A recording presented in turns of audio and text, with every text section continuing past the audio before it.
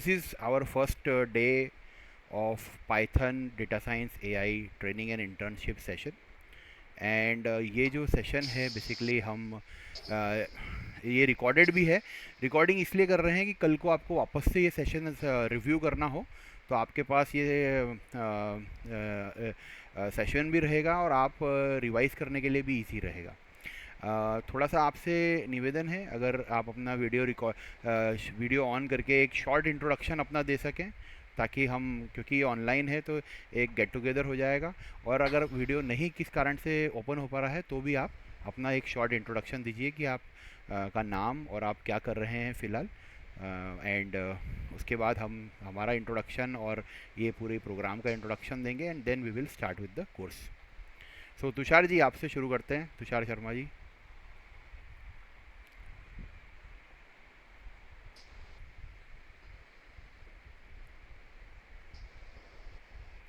Tushar ji, am I audible? Yes, sir. Okay. Your voice is breaking a little bit. Okay, ठीक है. वेदी वेदी वेदी, आप if you can introduce yourself. Okay. I'm Vedika Ango and I'm a second year BTech student from Medicaps University. Which branch? BTech CSE.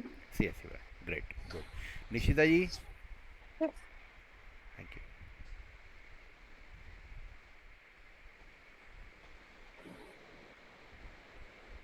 Nishita ji,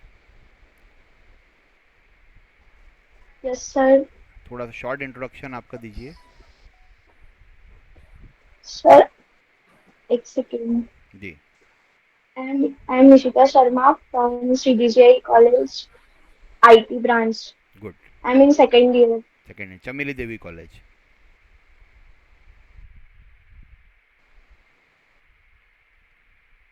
okay. Mahi.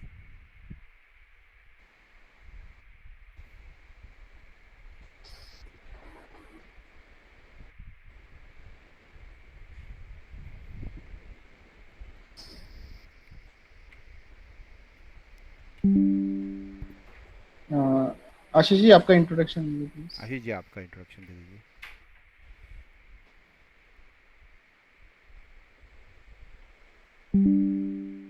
Sir mute पे बोल रहे हैं आप.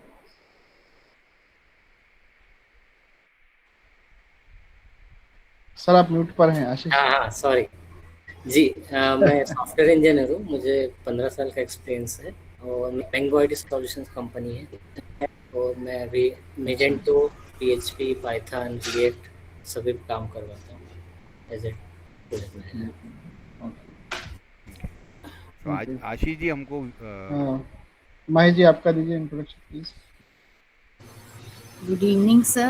My name is Mahi Kashyap, and I have done my master's in computer application from BITS Noida, and now I am currently searching for a job.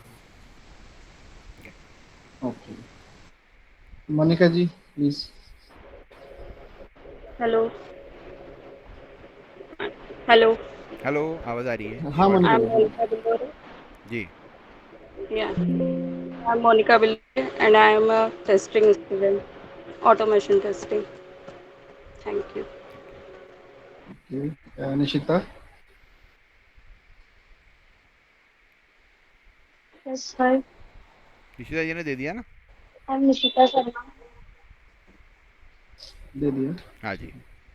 हाँ sorry. Rahul Joshi ji.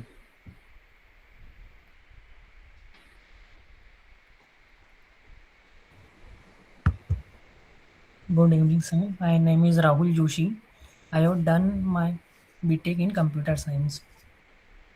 Very nice. Okay. Rahul ji हमारे साथ खरगोन से जुड़े हैं. अच्छा. ओके. आदर्श. आदर्श रुद्राक्ष जी. रुद्राक्ष जी. रुद्राक्ष. हाँ. My name is Rudraksh Villore. I am BTech 2025 pass out. Very nice. Rudraksh ji हमारे साथ हरदा से जुड़े हैं. अरे वाह. जी. पूरा सर्कल ही कवर हो गया है अपने। बिल्कुल बिल्कुल, सब जितना करना है वो। तो मैं शुरू करता हूँ सर, थोड़ा हाँ सा हाई हाई लेवल एक। हाँ। सो और भी हैं क्या हमारे साथ? नहीं, एक मिनट, आशीष जी ने कुछ पूछा है, हैंड रेस किया है आशीष जी। पूछिए आशीष जी। मैं ये बोल रहा था कि अपन सिर्फ जो बोल रहे हैं वो अपना लोकेशन भी बताए कि इंदौर है या कहाँ से है, तो जी क्लियर जी रहेगा कि कौन कहाँ पर श्योर है। श्योर। आशीष जी, जो इंदौर से है वो तो मैं बोल नहीं रहा हूँ, जो बाहर से हाँ है उनका मैंने बताया हाँ, है अच्छा अच्छा, इस ठीक है तरीके से। ठीक है ठीक है, ओके। साक्षी प्लीज अपना इंट्रोडक्शन दीजिए। Hello, sir. I'm Sakshi Sultanikul, currently pursuing MBA in Business Analytics, and I have recently completed the second sem and now moving forward for third sem. Okay, that is good. Tushar Sharma ji, please introduction दीजिए अपनी। Hello, I am Tushar Sharma. Currently, I am employed at TCS Indore. Mm, okay, और आपकी profile क्या है तुषार जी? मैं अभी big query पे अभी वर्क कर रहा हूँ। अच्छा, ओके, दैट इज गुड। ठीक है, तो रोहित सर प्लीज एक ओवरव्यू दीजिए जी जी हम सर। क्या करने वाले हैं, और फिर यस मैं थोड़ा सा एब्सोल्युटली। लो जी जी, लेवल भी दूंगा। Yes okay sure. Good evening everyone. So हमने रोहित सर। एक, जी एम आई ऑडिबल? एक मिनट, CMD, am I audible? Hello, चला गया। हाँ sir, loud and clear. Okay great great okay. Good evening everyone. So जी सर, बिल्कुल ऑडिबल है। जी जी जी, मैं बोल रहा हूँ जी। एम आई? हाँ सर, आप ऑडिबल हैं रोहित सर, आप हाँ ऑडिबल हैं। Great. So good evening everyone. So हमने ये ट्रेनिंग एंड इंटर्नशिप का जो प्लान किया है, बेसिकली ये 3 मंथ्स का सेशन है, जिसमें हम लोग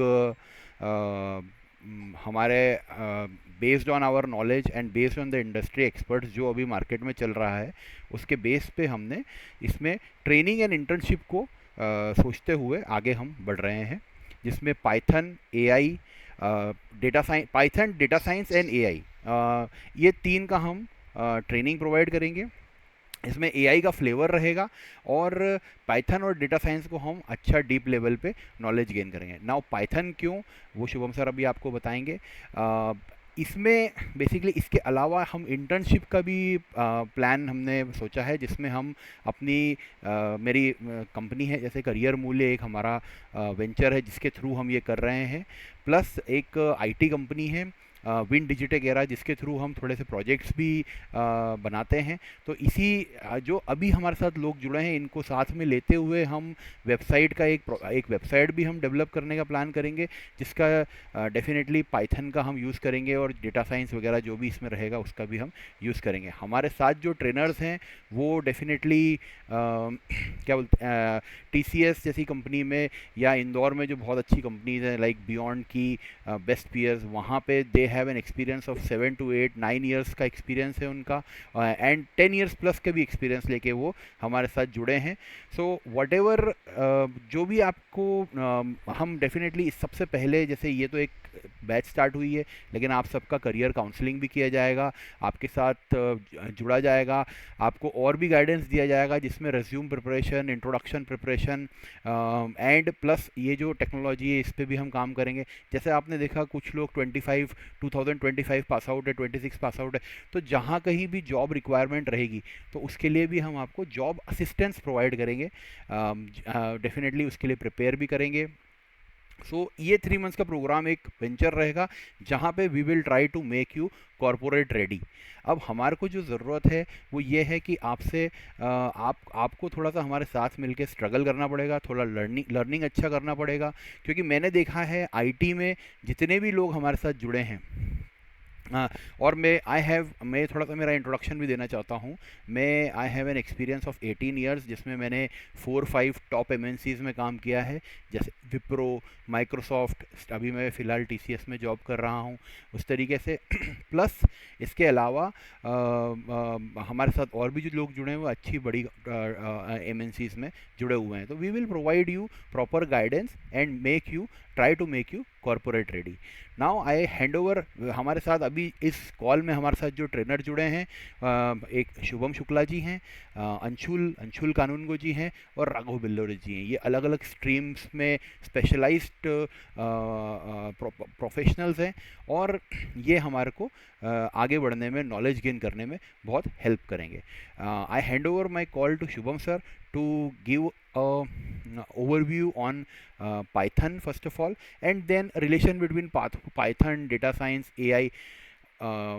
Over to Shubham sir, followed by we'll ask Anshul ji and Raghav ji also to provide some insights in our journey of coming 3 months. Indentation होना चाहिए, क्योंकि वो पाइथन लिख रहे हैं तब इंडेंटेशन आएगा, है ना। प्रॉपर इंडेंटेशन, प्रॉपर स्पेसिंग, है ना। इसके बाद नॉमेनक्लेचर यानी नामकरण करना, प्रॉपर नेमिंग कन्वेंशन फॉलो कीजिए, है ना। जैसे नेमिंग कन्वेंशन, जैसे आपने कैलकुलेटर का प्रोग्राम बनाया, तो इसमें आपको फंक्शन देना है एडिशन नाम से। तो अब ऐसा मत दीजिए कि फंक्शन 1 दे दिया आपने नाम उसको एडिशन का, प्रॉपर उसको डेफ एडिशन, ये फिर एडिशन फंक्शन भी दे सकते हैं। ऐसा प्रॉपर लिखिए उसको, ताकि सामने वाले को समझ में कि आपने किया है फंक्शनैलिटी में। Similarly combination of classes, functions and variables, ठीक है। उसके बाद दूसरा है क्लोजर। क्लोजर माने proper closure of statements and functions if rounded in brackets. मतलब अच्छे से किसी फंक्शन को बराबर से क्लोज कीजिए, जहाँ जहाँ आपको क्लोजर स्टेटमेंट। पाइथन में क्या होता है कि कॉलन तो नहीं चलता, लेकिन सेमीकोलन तो नहीं चलता, लेकिन कॉलन चलता है कहीं कहीं जगह। जैसे कुछ इफ स्टेटमेंट दिया मैंने, इफ स्टेटमेंट जैसा कि I should greater than equal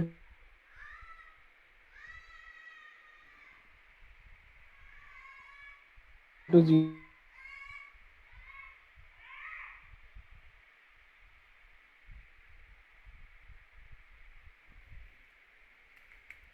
0 दे दिया, ऐसा स्टेटमेंट दिया। तो अब मैंने इफ को आगे भी लिखा दिया, कीजिए आपको जो भी स्टेटमेंट्स देना हो आप दीजिए, है ना।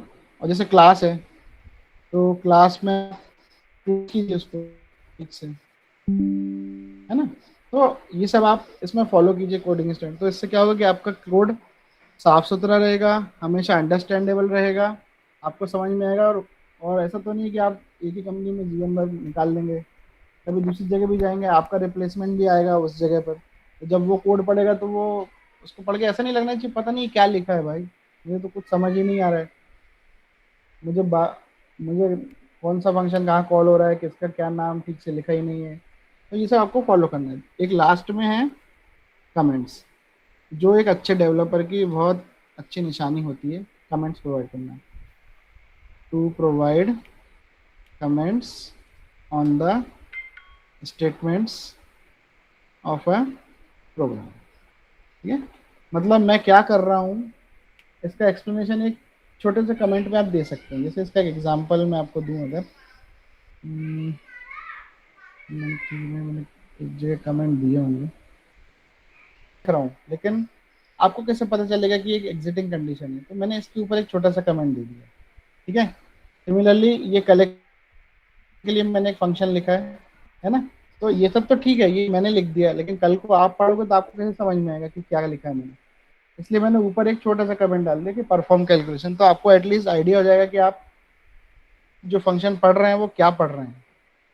ठीक है, जैसे आपको बताता हूँ, जैसे ये मैंने सेलेनियम का कोड है, इसमें मैंने लिखा, ये डिक्लेयर किया मैंने, यहाँ पे मैंने कमेंट दिया है। सिमिलरली ये टाइम स्लिप दिया है मैंने, यहाँ पे भी कमेंट दिया, wait for options to load. उसके बाद यहाँ पे दिया है इनपुट क्वेरी के बाद कि input tag is not mention. मतलब आप कहीं भी आप अपना कीजिए, लेकिन छोटे छोटे कमेंट्स देना मत भूलिए।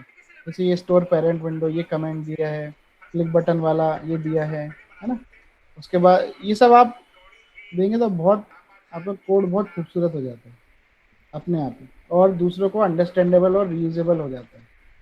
नहीं तो क्या होगा कि आप लिख के तो चले जाओगे, लेकिन सामने वाले को तो जीवन भर फंक्शन समझ में नहीं आएगा कि आपने क्या फंक्शन लिखा है और कहाँ किसको कॉल किया है, ये भी समझ में नहीं आएगा, और वो पूरी तरीके से गार्बेज की तरह हो जाएगा। सर तो ठीक है, ये इसलिए भी please proper require, coding standards हमेशा फॉलो कीजिए। ऐसा नहीं कि मैं इस क्लास के लिए कह रहा हूँ, आप आगे जाके डेवलपमेंट करेंगे तो इसको भी प्लीज आगे फॉलो कीजिए। ठीक है सर ये भी रिक्वायर्ड रहता है अब क्या? उसके बाद अपन रिक्वायर्ड नहीं रहता सर, ये एक अच्छी प्रैक्टिस है, गुड प्रैक्टिस बोलते हैं ना, बट अगर रिक्वायर्ड नहीं रहता, मतलब कुछ भी रिक्वायर्ड नहीं इससे, प्रोग्रामिंग में। बट इससे जब अपन मतलब टीम के साथ काम करते हैं तो ये फॉलोइंग दिस प्रैक्टिस हाँ हेल्प्स। हाँ, और दूसरी बात, आप कभी एंटरप्राइज लेवल पे भी काम करेंगे तो आपको ये फॉलो करना ही पड़ेगा फिर। ओके।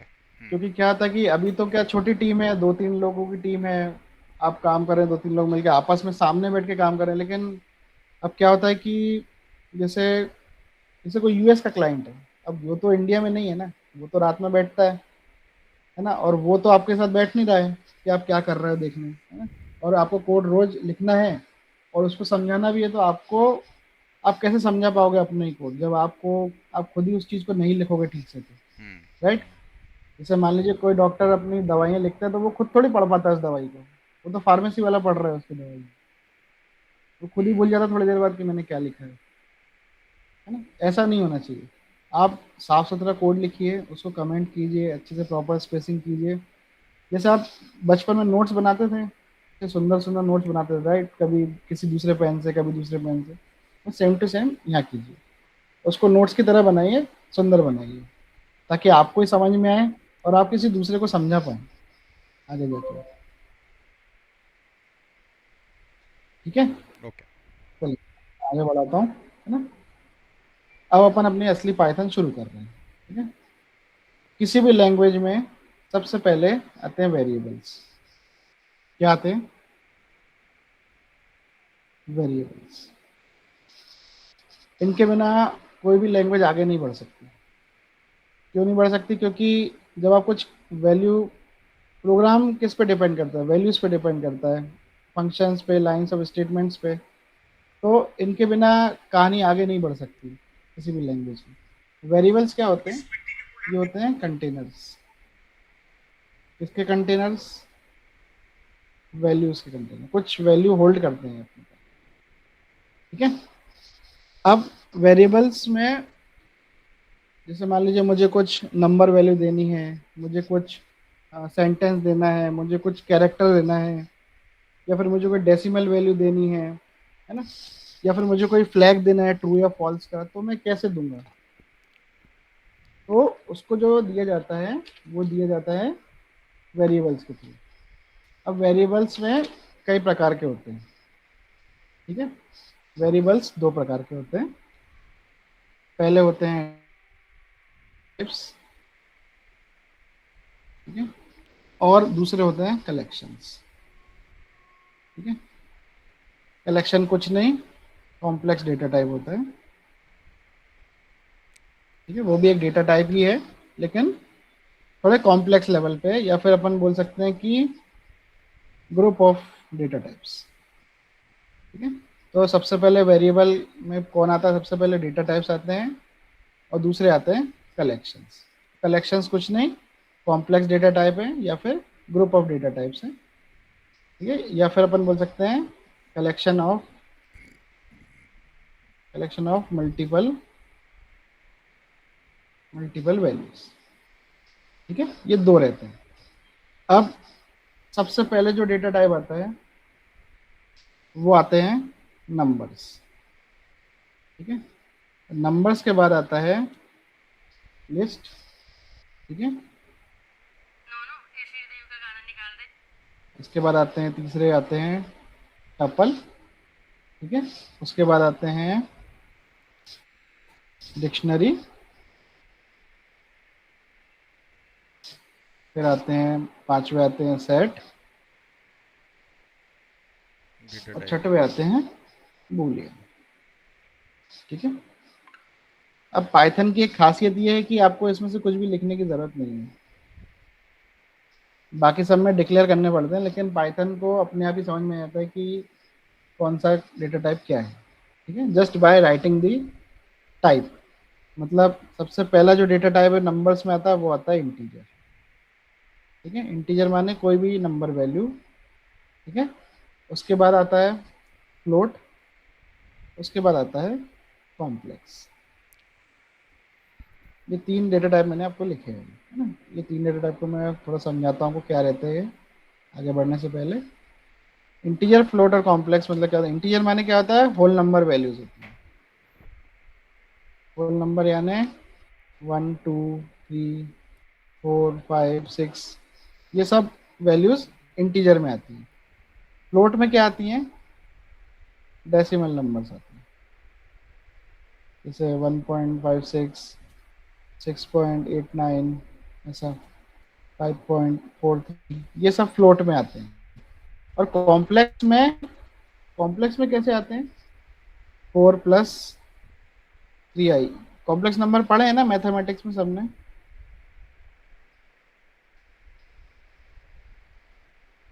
उसके बाद 5 - 2i, ये कॉम्प्लेक्स नंबर आते हैं। ये आपको बहुत कम दिखेंगे, ज़रूरत पड़े तो अपन इनको यूज़ करेंगे। आपको ये बहुत दिखेंगे, इंटीजर और फ्लोट बहुत दिखेंगे, ठीक है। अब इसमें समझ में आया? इसमें किसी को कोई डाउट है? इंटीजर डेटा टाइप क्या रहता है? होल नंबर रहता है, इसमें कोई डेसिमल नहीं रहता, सिंगल वैल्यू रहती है। ये नेगेटिव भी हो सकता है, ऐसा नहीं है कि पॉजिटिव ही है, ठीक है। जैसे -23 है ना, -45 है, -9 है, ये सब इंटीजर में आते हैं। सिमिलरली फ्लोट में भी, नेगेटिव में भी आ सकता है, ऐसा नहीं कि पॉजिटिव डेसिमल ही हो, ये भी हो सकता है। 7.89, ये -7.89, ये भी हो सकता है, ठीक है। ये फ्लोट और ये होता है कॉम्प्लेक्स। ये तीन चीज़ें नंबर्स में आती हैं, ठीक है। अब लिस्ट में, लिस्ट, टपल, डिक्शनरी, सेट, ये मैं सबको आपको आखिरी में समझाऊंगा, अभी नहीं समझाऊंगा, ये आएंगे आपको बाद में, ठीक है। एक लास्ट होता है बूलियन। बूलियन के अंदर दो वैल्यूज आती हैं, ट्रू और फॉल्स, ठीक है। ये चीज समझ में आया सभी को? और एक और डेटा टाइप होता है लास्ट में जो आता है, जिसको अपन भूल गए, वो होता है स्ट्रिंग। स्ट्रिंग में क्या सेव होता है? स्ट्रिंग में कुछ भी कैरेक्टर सेव हो सकता है, ठीक है। कुछ भी नाम सेव हो सकता है, जैसे नाम सेव हो सकता है। इसके बाद ये सकता है कि लंडन इज गुड, ऐसा भी हो सकता है। ये सब स्ट्रिंग के अंदर आते हैं। यहाँ तक समझ में आया सभी को डेटा टाइप्स में? कोई प्रॉब्लम है किसी को इसमें? ये चारों चीज़ें मैं आपको पढ़ाऊंगा, लेकिन ये कलेक्शंस में पढ़ाऊंगा। जब भी कलेक्शंस आएंगे ना, तब उनमें आपको ये लिस्ट, टपल, डिक्शनरी और सेट पढ़ाऊंगा, ठीक है। अभी आप सिर्फ इन पे ध्यान दीजिए, नंबर्स, बूलियन और स्ट्रिंग पे, ठीक है। अभी ये तीन डेटा टाइप चलेंगे, इसके बाद में धीरे धीरे जब कलेक्शंस पे आऊँगा आपको इनको भी पढ़ाऊंगा, ठीक है। इसमें किसी को डाउट है अभी तक? वेरिएबल्स को लेके कोई डाउट है, या फिर नंबर्स में कोई डाउट है किसी को? नो। अब इसके बाद अपन आते हैं ऑपरेटर्स पे। जहाँ तक मुझे पता है अपन टाइप कास्टिंग, चलो ठीक है, टाइप कास्टिंग देख लेते हैं। टाइप कास्टिंग का क्या मतलब होता है? हाँ, एक चीज़ मेरे को बताना था आपको, इनपुट आउटपुट। रुकिए, अभी टाइप कास्टिंग पे आते हैं, तो अपन एक इनपुट आउटपुट देख लेते हैं क्या होता है। इनपुट का माने, इनपुट का मतलब क्या होता है? कोई समझाएगा मुझे? ज़्यादा कॉम्प्लेक्स चीज तो नहीं पूछ ली मैंने।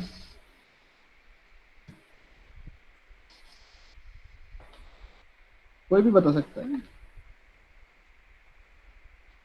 गलत सही जो भी पता हो आपको।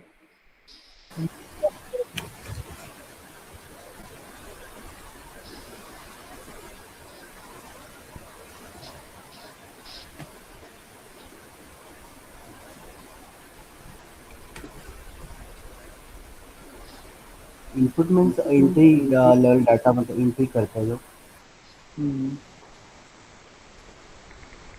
राइट, है ना। इनपुट का मतलब होता है किसी भी चीज को, किसी भी वैल्यू को लेना, ठीक है। कहाँ से लेना? हमारा इनपुट सिस्टम क्या है? कीबोर्ड से, है ना। माउस तो चलता नहीं है कोडिंग में, है ना। ऐसा ऐसा मैं स्क्रीन पे माउस को हिला के कोई मतलब नहीं है ना। मैं ले तो सिर्फ किससे सकता हूँ? कीबोर्ड से लिख सकता हूँ मैं, है ना। कोडिंग में मेरे पास एक इनपुट सिस्टम है, तो लेते हम किससे हैं? कीबोर्ड से लेते हैं, ठीक है। सिमिलरली इसके बाद आउटपुट क्या होता है? टू डिस्प्ले ऑन कंसोल या फिर स्क्रीन, जो भी है ना। ये कौन डिस्प्ले करता है? मॉनिटर करता है या तो कंसोल करता है? राइट, एक हार्डवेयर के रूप में देखें तो मॉनिटर करता है, और सॉफ्टवेयर के रूप में देखें तो ये सर कंसोल करता है। आपका स्क्रीन शेयर है क्या? मैं बंद कर दी क्या? हाँ Sorry. लग रहा है।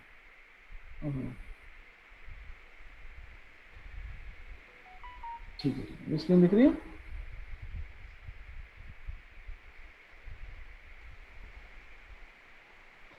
हाँ देखा क्या?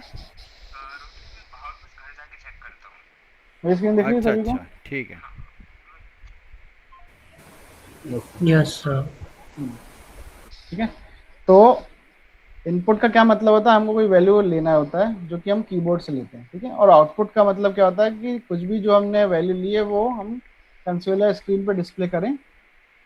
हार्डवेयर के रूप में मॉनिटर होता है, कंसोल सॉफ्टवेयर के रूप में होता है। जैसे कंसोल, जैसे मैं दिखाऊं तो ये कंसोल आ गया, इस पर डिस्प्ले हो जाएगा, ठीक है। जैसे मैंने एक सिंपल सा लिया फंक्शन से, क्या जैसे एक मैंने लिया था कि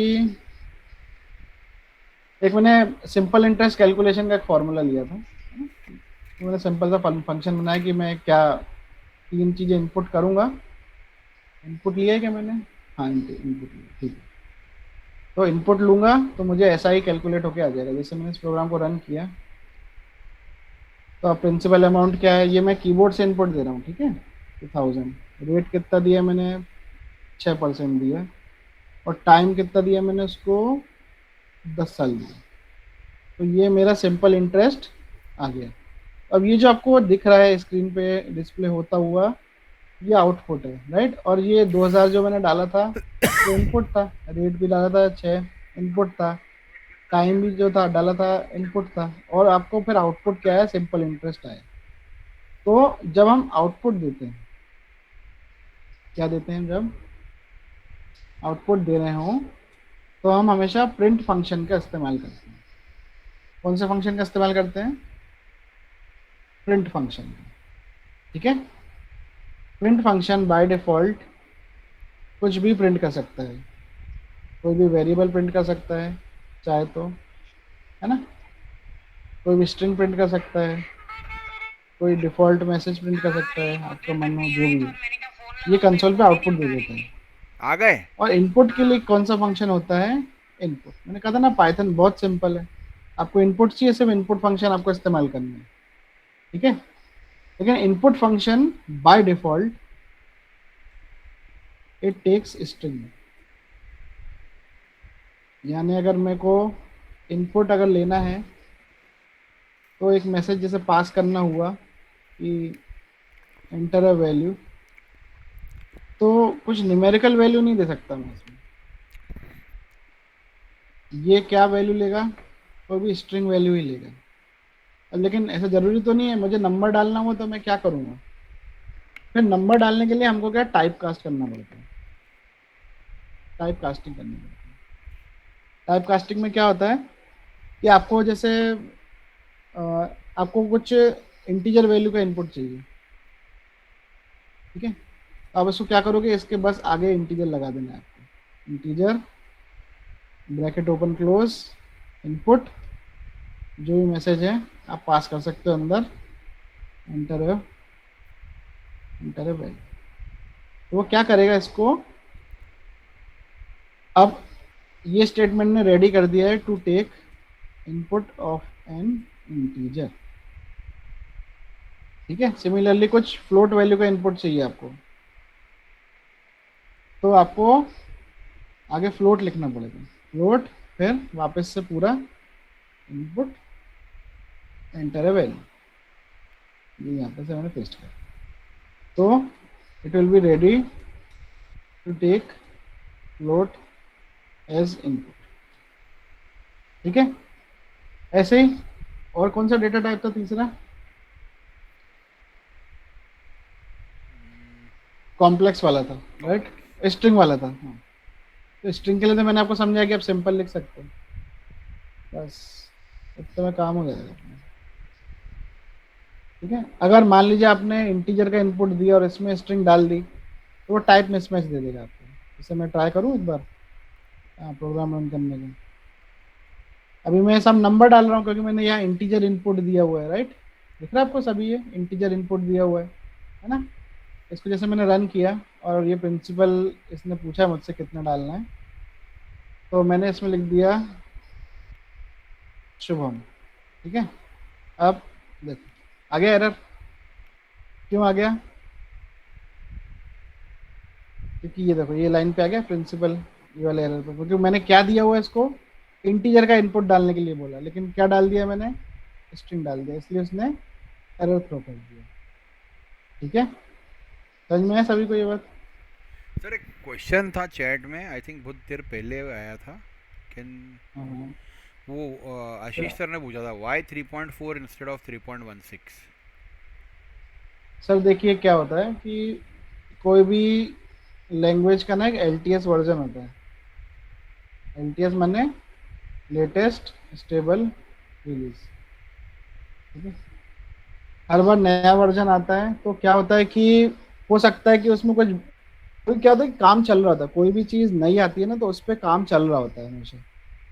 हो सकता है उसमें कुछ बग फिक्सेस आए, है ना, बीटा टेस्टिंग नहीं हुई हो उसकी ठीक से, है ना, आप चलाओगे तो कुछ लाइब्रेरी सपोर्ट नहीं करे उसको। क्या होता है, कुछ नई चीज़ों में पुरानी चीज़ों को रेट्रोफिट करना पड़ता है, मतलब पुरानी चीज़ों को नए चीज़ों से बाइंड करना पड़ता है, और कई बार ऐसा होता है कि नए वर्जन्स आते हैं तो बाइंड नहीं हो पाते।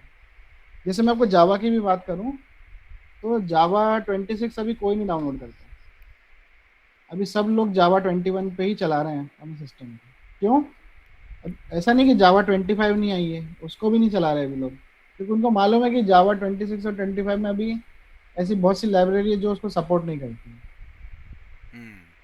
और अभी आपको एक प्रॉब्लम आगे जाके आएगी जब आप टेंसर फ्लो पढ़ेंगे ML में, क्या नाम है, टेंसर फ्लो।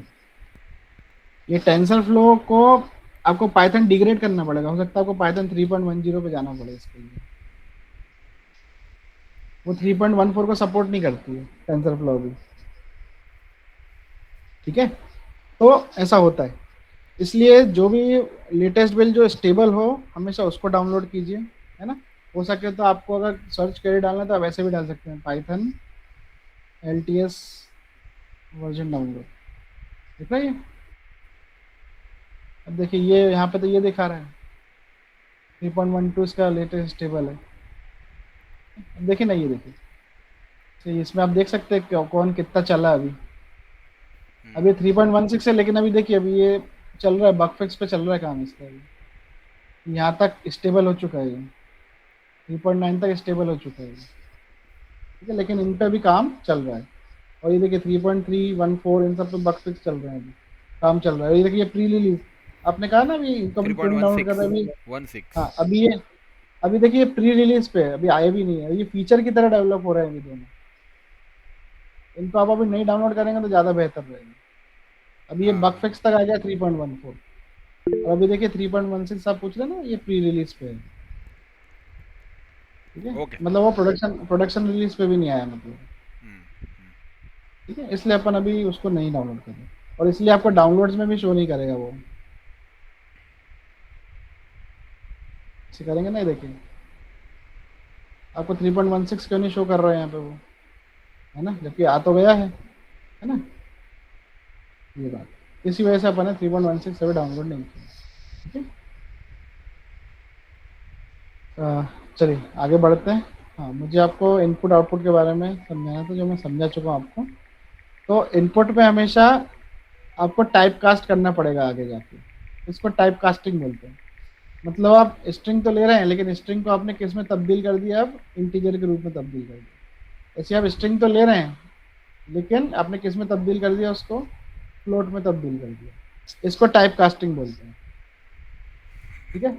अब जैसे कई बार क्या होता है कि एक टाइप कास्टिंग और होती है, ये तो इनपुट की टाइप कास्टिंग हो गई, ठीक है, ये इनपुट टाइप कास्टिंग है। अब आउटपुट की भी होती है, output type casting. Output type casting कैसी होती है? सर सॉरी, 1 मिनट डिस्टर्ब करूँगा। हाँ सर, सॉरी। राहुल जोशी जी, आदर्श, माही, निशिता, आपसे थोड़ा सा रिक्वेस्ट है, प्लीज़ आप कुछ भी क्वेश्चन हो तो आप बीच में आप पूछ सकते हैं, ठीक है। और ये जो सर कॉन्सेप्ट्स बता रहे हैं, टाइप कास्टिंग और जो भी सर अभी बता रहे हैं, ये बहुत ज़रूरी रहेगा आने वाले प्रोग्रामिंग के लिए, तो प्लीज़ प्रॉपरली इसको कॉन्सेंट्रेट कीजिए। Monika, yes sir. है ना, राहुल जी? Yes sir. हाँ, आदर्श प्लीज़। और Yes, थोड़ा sir. सा, हाँ, ये जो सेशन है इसमें आपका भी इंटरेक्शन ज़रूरी है ना। तो अगर आपने क्वेश्चन नहीं पूछा मतलब आपको समझ में नहीं आ रहा है। वेदी, उत्कर्ष, ठीक सर, प्लीज़ कंटिन्यू। हाँ, अब देखिए आपको जो मैं बताना चाह रहा था टाइप कास्टिंग में, अभी मैंने आपको इनपुट वाला बताया था, है ना, जो मैंने आपको सिंपल इंटरेस्ट के प्रोग्राम से रन करके बताया था कि मैं डाल तो स्ट्रिंग रहा हूँ, लेकिन बदल किस में रहा है, वो उसको इंटीजर में बदल रहा है। सिमिलरली हम आउटपुट में भी अपना इनपुट बदल सकते हैं। जैसे मैंने यहाँ पे एक ए वेरिएबल लिया जिसको मैंने 12.45 असाइन किया, ठीक है। ये क्या है असल में, क्या दिखेगा, ये है फ्लोट वैल्यू, ठीक है। सिमिलरली 3.14 भी क्या है, ये कोई फ्लोट वैल्यू है, ठीक है।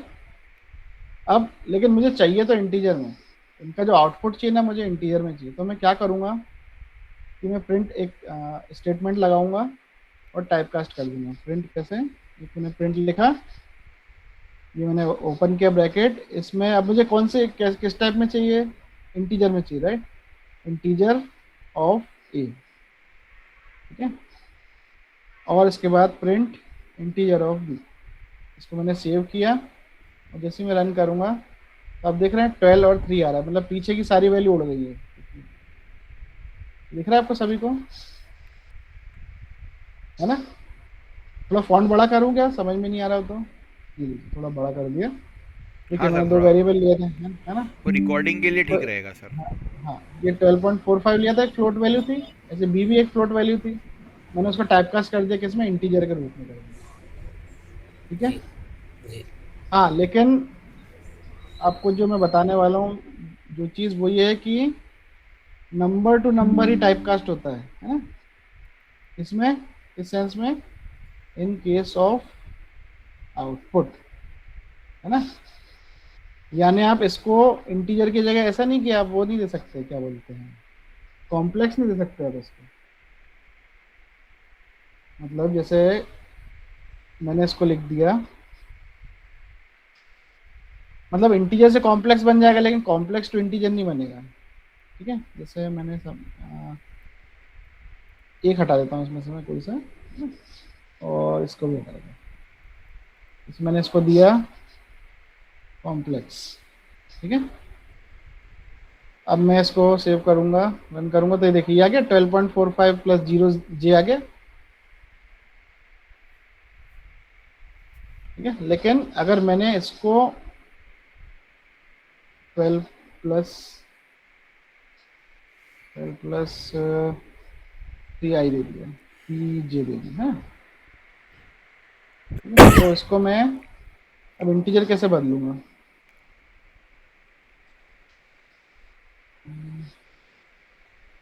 क्यों आ रहा है ये, है ना? वो इसलिए आ रहा है क्योंकि argument must be a string like object और रियल नंबर नॉट कॉम्प्लेक्स, ठीक है? तो यानी इंटीजर से कॉम्प्लेक्स में जा सकता है, यानी ऐसा कह सकते हैं हम, इंटीजर टू कॉम्प्लेक्स हो सकता है ना? इंटीजर टू फ्लोट हो सकता है,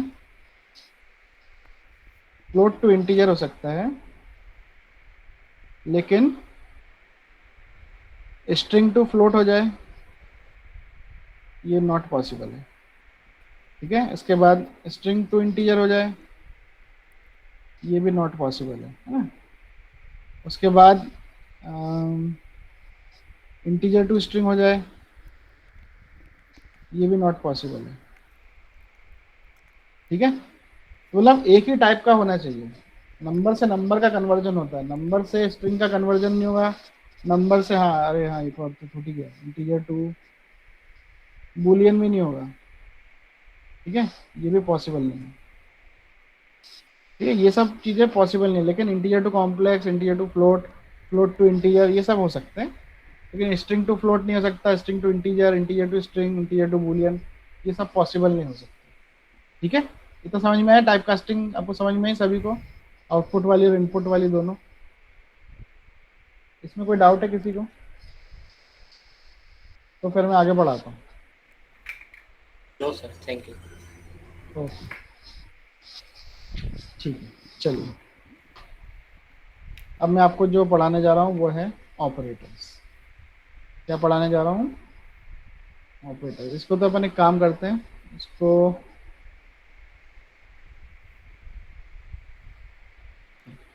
सेव करते हैं, आपको मैं ऑपरेटर्स फाइल्स भी सर ये ले जो करके बताता हूँ। आप जो VS कोड का यूज़ करते हैं ना, ये भी एक बार हाँ। क्लास को बताइएगा हाँ। कि कैसे क्या मतलब अलग अलग फाइल हाँ। बनाते हैं। हाँ, अपन एक ही फोल्डर के अंदर फाइल बना रहे हैं operators.py। मैंने आपको अभी बताया था कोई भी पाइथन फाइल का एक्सटेंशन py होता है, उसी के अंदर आप पाइथन का कोड लिख पाएंगे, नहीं तो आप नहीं लिख सकते, ठीक है? अब मैं आपको ऑपरेटर्स पढ़ाने जा रहा हूँ। तो सबसे पहला जो ऑपरेटर, अच्छा इसमें एक चीज़ आती है, कमेंट्स आते हैं, ठीक है? कमेंट्स आते हैं, तो एक आता है मल्टी लाइन कमेंट, ठीक है? मल्टी लाइन कमेंट जो कि ट्रिपल कोट से चालू होता है, ठीक है? मल्टी लाइन कमेंट कर सकते हो आप, ये सब काम चीज़ कमेंट में जा रही है। और आपको सिंगल लाइन कमेंट करना है तो आप हैश से कर सकते हैं, ये सिंगल लाइन कमेंट है, ठीक है? तो अभी आपको बहुत जगह जरूरत पड़ेगी इसकी, वो अपन अभी करेंगे। तो अपन अभी पढ़ने जा रहे हैं operators. Sir sorry to disturb, एक डॉट हाँ। MD भी रहता है ना एक्सटेंशन फाइल का? डॉट MD मेरे ख्याल से तो नहीं रहता सर, वो रीडमी डॉट MD रहती है, वो उधर गिटहब में काम आती है। ये AI में भी अभी काम आ रही है, जब AI एजेंट यूज करते हैं ना, डॉट MD मतलब मार्कडाउन फाइल्स होती है, जब आप कुछ इंस्ट्रक्शन एक पूरी फाइल में रख लेते हैं और जब AI एजेंट को या किसी को देंगे तो वो उसको पूरी फाइल को ऐसे मार्कडाउन रखता है और जहाँ जहाँ हैश रहता है, हैश लिखता है, उसको ऐसे कमेंट समझता है और उसके बाद जो भी आप लिखते हो उसको स्टेटमेंट समझता है और उसके बेस पे वो अपना काम करता है। तो MD फाइल वहाँ ज़्यादा यूज़ होती है आजकल, जो भी मैं यूज़ कर रहा हूँ। Okay sir, thank you. चलिए सर कंटिन्यू करें, है ना? सबसे पहले आते हैं अरिथमेटिक ऑपरेटर, ठीक है? अरिथमेटिक ऑपरेटर में कौन कौन रहता है? सबसे पहला आता है, मैं डिटेल में भी पढ़ाऊंगा इनको, सबसे पहला आता है वो आर्ग्यूमेंट, अभी आपको आर्ग्यूमेंट्स आएंगे आगे, उसमें काम आता है, ठीक है? उसके बाद फिर जो स्लैश आता है, इसका काम है डिवीजन। डिवीजन के बाद परसेंट आता है मॉड्यूलस, उसके बाद ये एक्सपोनेंट के लिए डबल स्टार और एक डबल स्लैश आता है फ्लोर डिवीजन के लिए। तो एडिशन का काम क्या है? टू ऐड टू नंबर्स और कंकैटिनेट टू स्ट्रिंग्स, ठीक है? मतलब जैसे कि अगर मैं देखूं कि मेरे पास दो नंबर है A एंड B, तो अगर A प्लस B कर दूं तो इन दोनों को वो ऐड कर देगा, ठीक है? स्ट्रिंग कंकैटिनेशन में कैसे काम आता है? जैसे दो स्ट्रिंग्स है कि रोहित और बट, ये 2 स्ट्रिंग्स है, ठीक है। तो इनको क्या करते हैं वो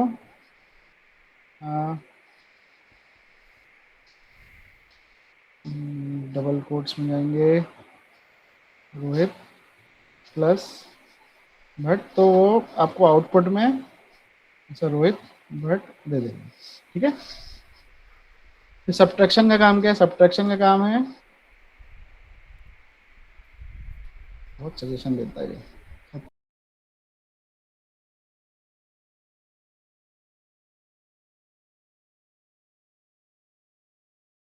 सब्ट्रैक्ट कर देगा।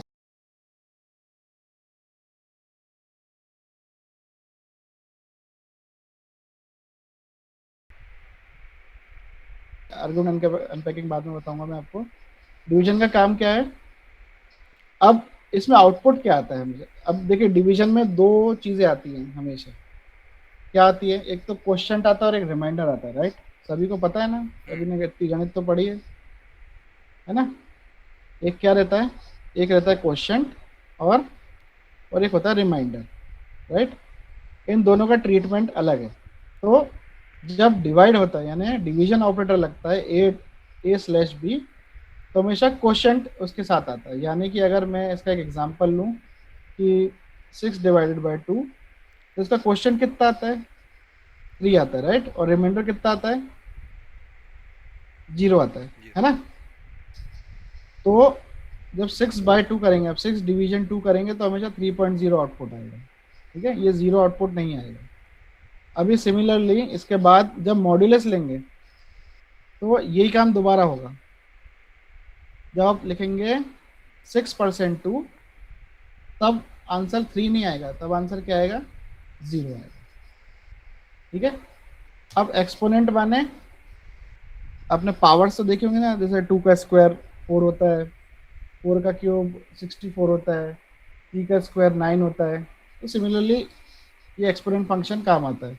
तो a** b लिख देंगे, इसका मतलब ये इसका बेस हो गया, ये इसका एक्सपोनेंट हो गया। यानी अगर a को हम 2 ले रहे हैं, b को 3 ले रहे हैं, तो 2 की पावर क्यूब यानी 8 हो जाएगी, ठीक है।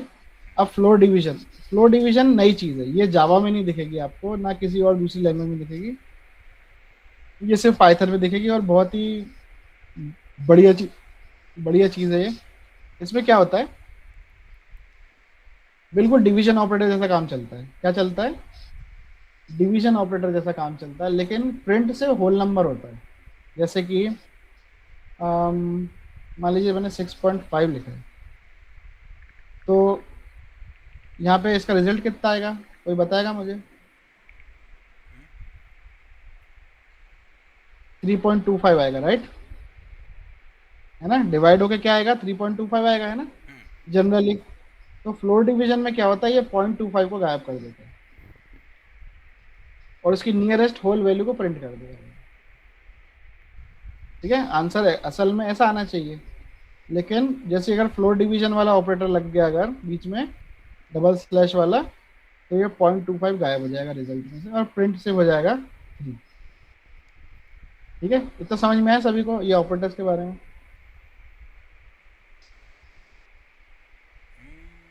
अब उसके बाद आते हैं रिलेशनल ऑपरेटर।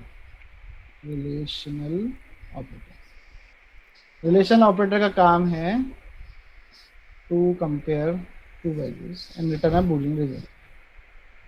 मतलब सीधी बात है, ट्रू फॉल्स रिटर्न करना कि कुछ अगर 2 वैल्यू कंपेयर हो रही है तो वो सही है कि गलत है, बस। मतलब ये सिर्फ 2 ही फ्लैग रिटर्न करती हैं, ट्रू और फॉल्स, ठीक है। अब डबल इक्वल टू का काम है, एक ऑपरेटर छूट गया है, और वो है इक्वल टू छूट गया, है ना। सबसे काम का ऑपरेटर छूट गया, इसको बोलते हैं असाइनमेंट ऑपरेटर। इसका काम, इसको इक्वल टू नहीं बोलते हैं, कोई इसको इक्वल टू नहीं बोलेगा, सिर्फ मैं बोलूँगा इसको इक्वल टू, लेकिन इसको क्या बोलते हैं? Assignment operator. इसका काम है वैल्यूज असाइन करना, ठीक है।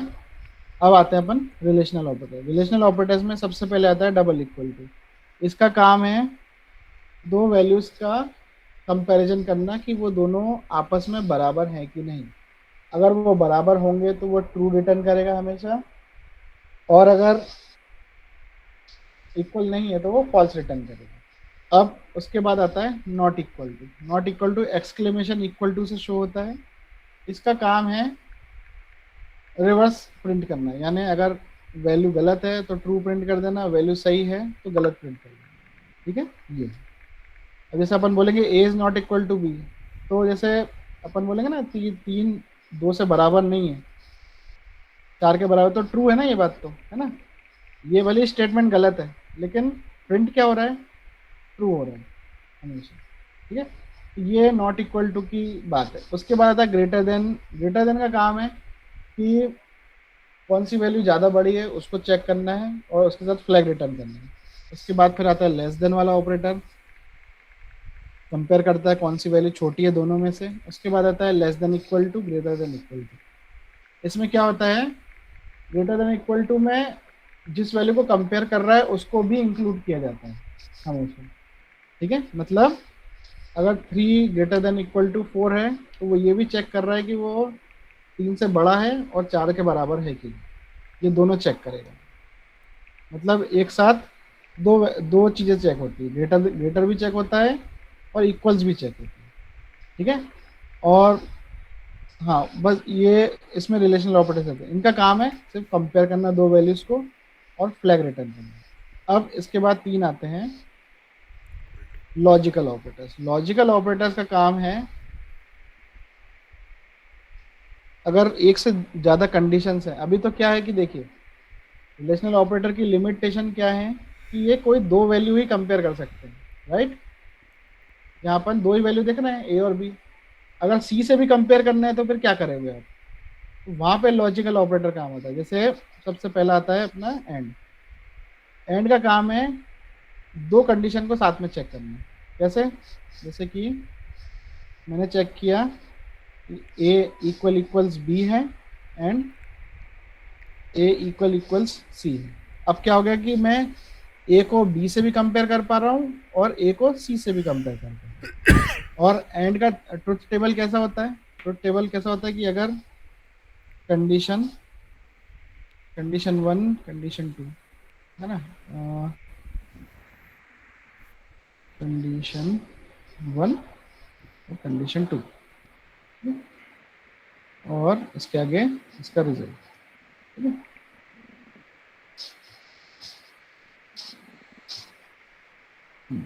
कंडीशन 1 में ऑपरेटर अगर ट्रू है, पहली कंडीशन ट्रू है, दूसरी कंडीशन ट्रू है तो सब ट्रू हो जाएंगे।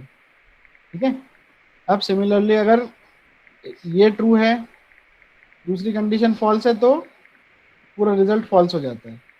और फिर जैसे कि पहला फॉल्स है दूसरा ट्रू है तो पूरा रिजल्ट फॉल्स हो जाएगा।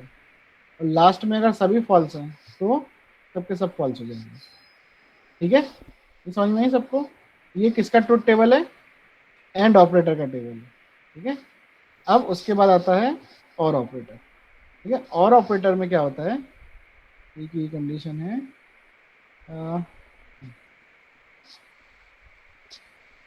अब इसमें क्या होता है कि जो पहला ट्रू होगा, यानी पहली कंडीशन अगर ट्रू हुई, दूसरी कंडीशन ट्रू हुई तो तीसरी भी ट्रू होगी। अगर पहली कंडीशन ट्रू है दूसरी ट्रू फॉल्स है तो तीसरी, यानी रिजल्ट हमेशा ट्रू ही होगा। उसके बाद अगर पहला फॉल्स है दूसरी कंडीशन ट्रू है तो तीसरी भी ट्रू होगी, मतलब रिजल्ट हमेशा ट्रू आएगा। इसको मैं अभी समझाऊंगा आपको टेबल को, अभी आपको कुछ समझ नहीं आ रहा होगा, इसको मैं समझाता हूँ आपको थोड़ा सा। ठीक है, एंड और के बारे में देखिए क्या होता है। जैसे मैंने एक स्टेटमेंट लिखा कि a इज इक्वल टू 10 है ना, b इज इक्वल टू 20 और c इज इक्वल टू 30। ये 3 इंटीजर दिख रहे हैं आप सभी को, राइट। इसमें किसी को कोई डाउट है नहीं ना। ठीक है, अब मैंने कंडीशन लिखी, इफ कंडीशन ऐसी लगा रहा हूँ मैं, भी आपको समझाऊंगा इफ के बारे में। a is greater than b and a is greater than c, या फिर ऐसा लगता है, हाँ चलो ये करते हैं फिलहाल। ठीक है, तो प्रिंट राइट, ठीक है। अब इसको मैं अलग से ले रहा हूँ ताकि आपको थोड़ा डिटेल में समझा सकूँ। ये दो कंडीशन आपके पास है ना, और यहाँ पे मैं लिख दे रहा हूँ रिजल्ट, यहाँ पे रिजल्ट। अब क्या ए ग्रेटर देन बी है? पहले मुझे तो ये बताइए, कौन बताएगा मुझे ए ग्रेटर देन बी है क्या? नहीं है। यानी फॉल्स, राइट? यस। और ए ग्रेटर देन सी है क्या? नो। तो जब दो कंडीशन फॉल्स है एंड और एंड की, तो तीसरी कंडीशन हमेशा क्या होती है उनकी? Always false. फॉल्स होती है। अगर एंड में एक भी कंडीशन फॉल्स हो गई, यानी अभी तो यहाँ दो लिखी है, यहाँ से 25 कंडीशन भी फॉल्स हो गई, अगर किसी एक में भी फॉल्स आ गया, मतलब 24 ट्रू है, एक फॉल्स है, तो हमेशा फॉल्स आएगा, तो रिजल्ट हमेशा फॉल्स आ जाएगा, ठीक है? यस। ये समझ में आया? अब जैसे एक कंडीशन मैंने लिखी है कि सी इज ग्रेटर देन ए, ठीक है, ये तो सही है, राइट? तो ट्रू है ना, लेकिन फॉल्स और ट्रू का टेबल क्या है? फॉल्स ही है, क्योंकि एक कंडीशन अगर एंड में फॉल्स हो गई तो सभी फॉल्स हो जाते हैं, इतना तो सबको मालूम है, ठीक है? अब मैंने एक कंडीशन लिखी बी ग्रेटर देन ए, ठीक है? बी ग्रेटर देन ए है, हाँ है, ट्रू है। अब दोनों ट्रू हो गए तो रिजल्ट क्या हो जाएगा? ट्रू। ये एंड कंडीशन में आती है, ठीक है? अब ऐसे ही अगर मैं और लेता हूँ, बीच में अगर मैंने एंड हटा के और लिख दिया, तो मैंने और ले लिया, ठीक है? तो अब अगर मैं ए ग्रेटर देन बी, अगर वापस अपन रिवर्स में जाते हैं, ए ग्रेटर देन बी है ना? और अपन ने क्या लिखा था? ए ग्रेटर देन सी, राइट? है ना, ये लिखा था। अब ये दोनों कंडीशन पहले कैसी है? फॉल्स है, राइट? ये भी फॉल्स है। तो और का ट्रुथ टेबल क्या कहता है कि अगर दोनों फॉल्स है तो सब फॉल्स हो जाएंगे, ठीक है? तो ये रिजल्ट हमेशा फॉल्स है। अब ऐसे अगर कोई एक ट्रू हो गई, जैसे सी ग्रेटर देन ए हो गया, सी ग्रेटर देन ए, तो रिजल्ट क्या आ जाएगा? ये ट्रू आ जाएगा, ये कंडीशन ट्रू हो जाएगी, और अपना रिजल्ट क्या हो जाएगा? ट्रू हो जाएगा, ठीक है? तो ऐसे ही ये ऑपरेटर लॉजिकल वाले काम करते हैं। इसमें एक लॉजिकल ऑपरेटर और है, वो बता देता हूँ मैं, उसका नाम है नॉट ऑपरेटर, ठीक है?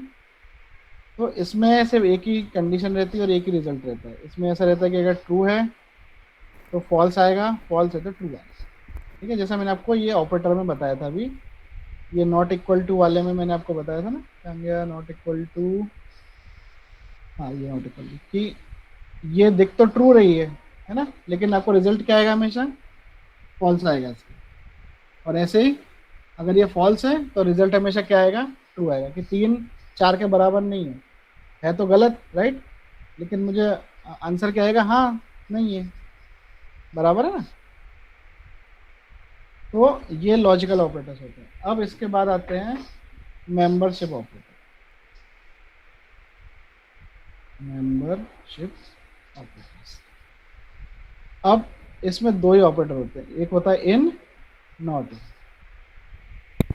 इन और नॉट इन का क्या मतलब होता है अगर हम साधारण भाषा में समझे तो?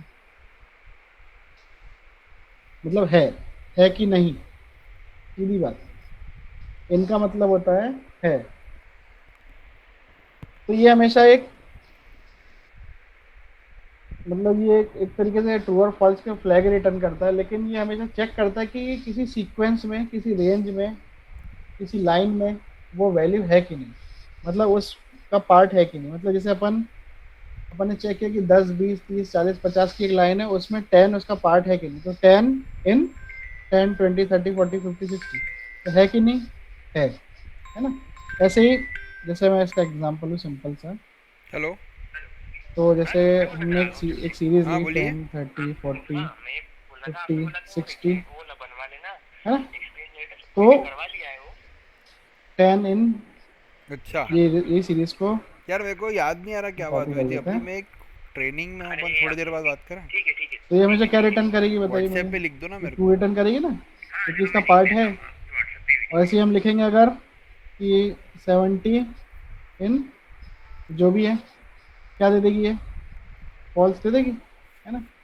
और ऐसे ही हम अगर प्रिंट करेंगे कि 10 नॉट इन, तो ये में से क्या रिटर्न करेगी, फॉल्स रिटर्न करेगी, क्योंकि 10 तो पार्ट है ना इस लिस्ट का, है ना। तो ये होता है मेंबरशिप ऑपरेटर। ये चेक करते हैं कि किसी सीक्वेंस में आपका मतलब वो मेंबर, किसी सीक्वेंस में वो मेंबर अवेलेबल है कि नहीं। अगर अवेलेबल है तो वो ट्रू रिटर्न कर देता है, नहीं तो वो फॉल्स रिटर्न कर देता है, ठीक है। उसके बाद आते हैं आइडेंटिटी ऑपरेटर, ठीक है। ये इसका जो काम है वो मैं आपको समझाता हूँ कैसा है कि इसका जो वर्किंग है वो मेमोरी रेफरेंस से इसका मतलब है। मतलब कि जैसे कि आपने एक वेरिएबल सेव किया a इक्वल्स 3, है ना, और ऐसे सिमिलरली आपने b इक्वल्स 3 सेव की। तो अगर जब आप प्रिंट कराएंगे, इसका प्रोग्राम लिख के बता देता हूँ ना आपको, बहुत मज़ेदार है।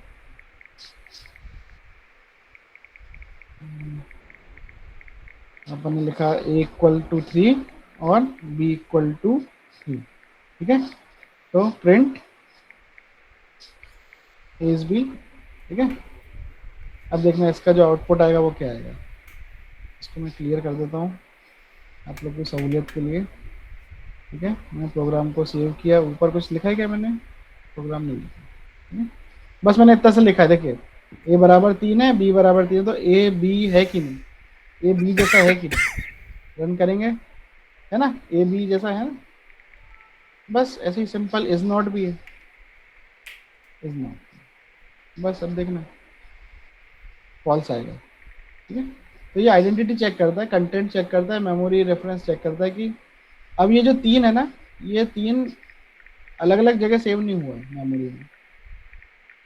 अगर मैं आपको थोड़ा इसका डायग्रामेटिकली थोड़ा मेमोरी एलोकेशन के बारे में बताऊं तो कैसे सेव हुआ है कि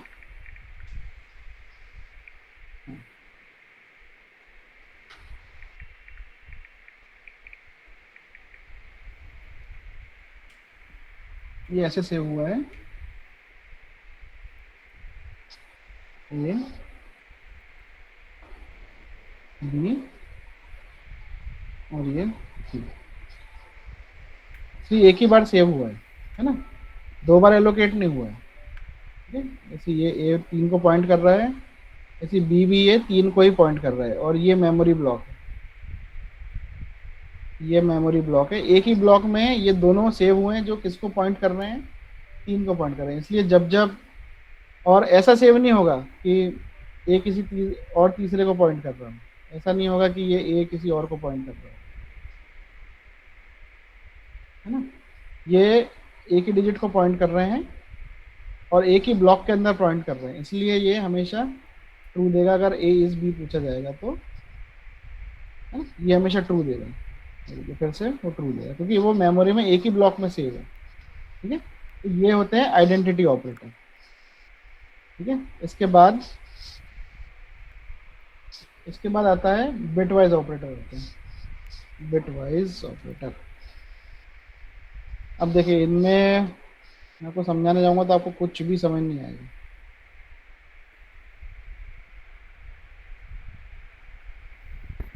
तो फिर कैसे क्यों करेंगे नहीं इसका? आएगा?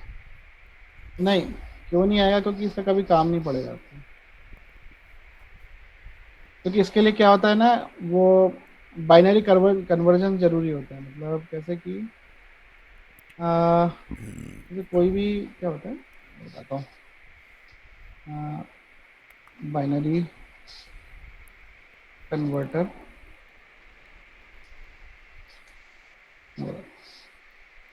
Decimal to number to binary converter.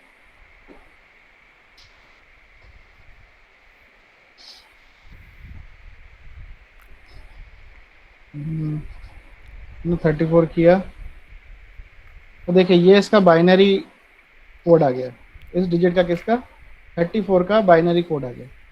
अब ये जो ऑपरेटर हैं ये क्या करते हैं, शिफ्टिंग करते हैं। क्या करते हैं?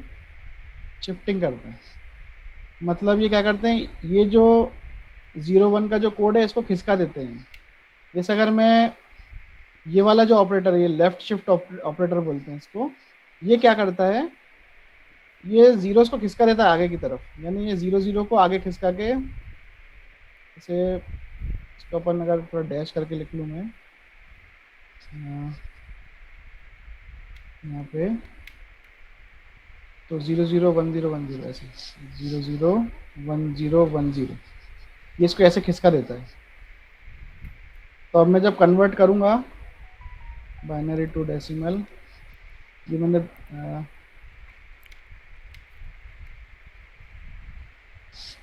0 0 1 0 1 0, अब देखिए ये बदल गया ना, पहले 34 था जिसको कन्वर्ट किया था मैंने, तो ये 10 में बदल गया। ये ऑपरेटर यही काम करते हैं, इनका यही काम है, इनका ये काम है कि जो बाइनरी कन्वर्जन्स हो रहे हैं उन पे सारा ऑपरेशन परफॉर्म करना है। ठीक है, ये समझ में। लेकिन इसका ये जस्ट फॉर नॉलेज है, ये आपको हार्डली यूज, मेरे को तो नहीं मैं तो आज तक अपने जीवन में उपयोग नहीं किया। मतलब जावा में भी मैंने पढ़े इनको, लेकिन 10 साल के करियर में कभी इनका उपयोग नहीं हुआ, क्योंकि इनका जो उपयोग है, इनका जो यूज है, मैं बताता हूँ कहाँ आता है। कि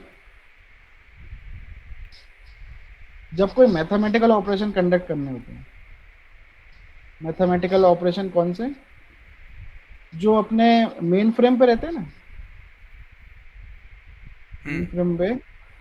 मेन फ्रेम पे जो कोबोल या फोर्ट्रेन पे रहते हैं, ये वहां आते हैं काम, ये ऑपरेटर्स। ठीक है, और इनका मैं आपको सर एक बार थोड़ा सा समझा दीजिए, मेन फ्रेम कोबोल क्या है ये, फॉर द ऑडियंस। कोबोल है कॉमन बिजनेस ओरिएंटेड लैंग्वेज है। ठीक है, ये बहुत पुरानी लैंग्वेज है। सिमिलरली फोर्ट्रेन भी फॉर्मूला ट्रांसलेशन की लैंग्वेज है। ये बहुत पुरानी लैंग्वेजेस हैं जिनका काम था कि बाइनरी टू डेसिमल कन्वर्ट करना, है ना, फिर डेसिमल टू बाइनरी, जो आप ये अभी देख रहे हैं ऑपरेशन, ये जो ऑपरेशन ये वाले, ये binary to decimal, decimal to octal, octal to hexadecimal, ये इनके काम थे इन लैंग्वेजेस के। और मेन फ्रेम्स की जो लैंग्वेज है वो इसी में बात करती है। तो ये जो ऑपरेटर्स थे ये इतने पुराने हैं और यहाँ पे काम आते हैं। मैं इतने एक्सपीरियंस से आपको कह रहा हूँ, और ऑलमोस्ट 10 साल से ऊपर हो गया है। ये आपको पूरे पाइथन में कहीं देखने मिलेगा,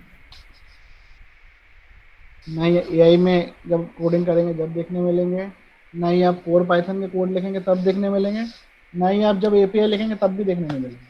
क्योंकि अल्टीमेटली लेकिन रिलेशन इनका क्यों नहीं उपयोग होता, क्योंकि ये मैथमेटिकल कॉम्प्लेक्स ऑपरेशन से रिलेटेड, और इतना कॉम्प्लेक्स ऑपरेशन प्रोग्रामिंग में नहीं यूज करते unless and until it is being used in research. जब रिसर्च में जाएंगे तो आपको ये दिख जाएंगे, लेकिन कॉमन एंटरप्राइज में तो आपको, चाहे छोटी कंपनी, टाटा टीसीएस जैसी कंपनी में यूज नहीं होता।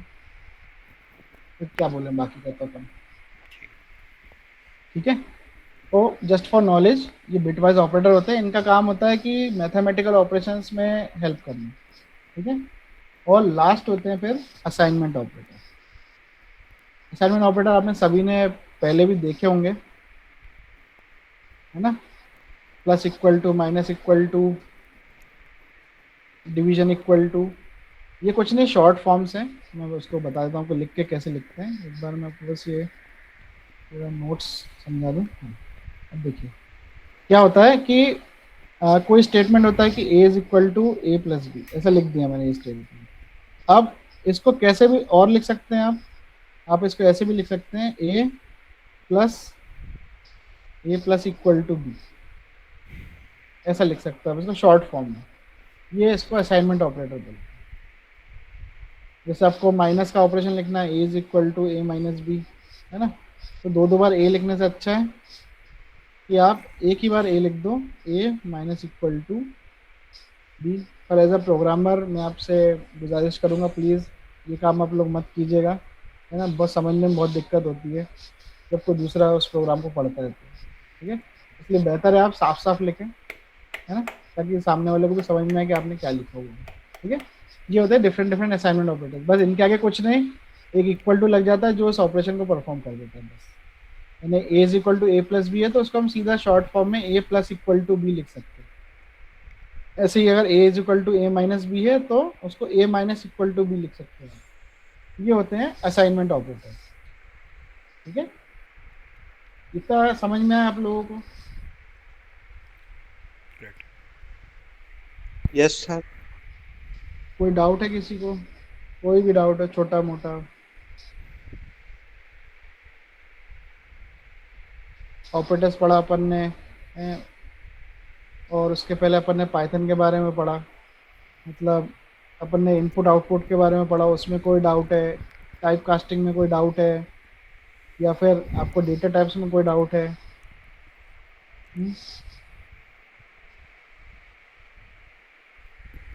कुछ भी डाउट है इस क्लास में? सर कोई क्यों ना ये जो फाइल है ये अपन व्हाट्सएप पे भेज दें, और फिर कुछ असाइनमेंट दे के मे बी कल से शुरू पूरा करना कुछ। पूरा डॉक्यूमेंट रेडी है सर, ये बना हुआ है, हाँ ठीक है, वेरी नाइस। है ना, है ना। ठीक इससे सब काम हो जाएगा आप लोग का, सब फ्लो चार्ट वगैरह इसमें सब है ना। तो सब काम इसको पढ़ लेंगे तो भी काम हो जाएगा, है ना? इसको एक बार रीड आउट जरूर कीजिएगा, सिर्फ मात्र 13 पेज का डॉक्यूमेंट है।